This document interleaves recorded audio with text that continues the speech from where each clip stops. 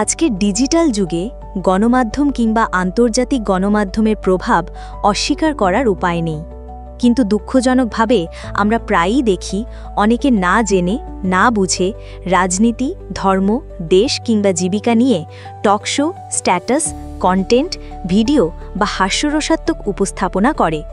এগুলো দেখতে অনেকের কাছে সাময়িক আনন্দদায়ক মনে হলেও এর ভেতরে লুকিয়ে থাকে গভীর বিপদ। অজ্ঞানতা ও অর্ধসত্যের ওপর দাঁড়ানো এই ধরনের প্রকাশ আসলে অন্যায়, পাপ ও সমাজবিরোধী কাজের শামিল। সমাজ যদি ভুল পথে পরিচালিত হয় তবে তার দায়ভার শুধু বক্তার নয়, বরং পুরো প্রজন্মকেই বহন করতে হয়। কারণ শিশু ও তরুণেরা তাদের চোখে যা দেখে, কানে যা শোনে, মনের গভীরে তাই গ্রহণ করে।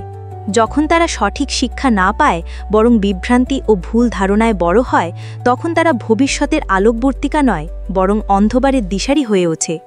অতএব দায়িত্বশীল নাগরিক হিসেবে আমাদের বোঝা উচিত, সত্য যাচাই না করে কোনো তথ্য প্রচার করা যেমন ক্ষতিকর, তেমনি তা ভবিষ্যৎ প্রজন্মকে বিভ্রান্ত করার এক অশুভ অস্ত্র। আমাদের উচিত জ্ঞান, যুক্তি এবং নৈতিকতার আলোকে সত্যকে গ্রহণ ও প্রচার করা, যাতে আগামী সমাজ সঠিক পথে অগ্রসর হয়। মনে রাখতে হবে, সচেতনতা, সৎ উপস্থাপনা এবং সত্যের প্রতি দায়বদ্ধতাই একমাত্র উপায় যা সমাজকে বিভ্রান্তি থেকে রক্ষা করে এবং প্রজন্মকে আলোর পথে নিয়ে যায়।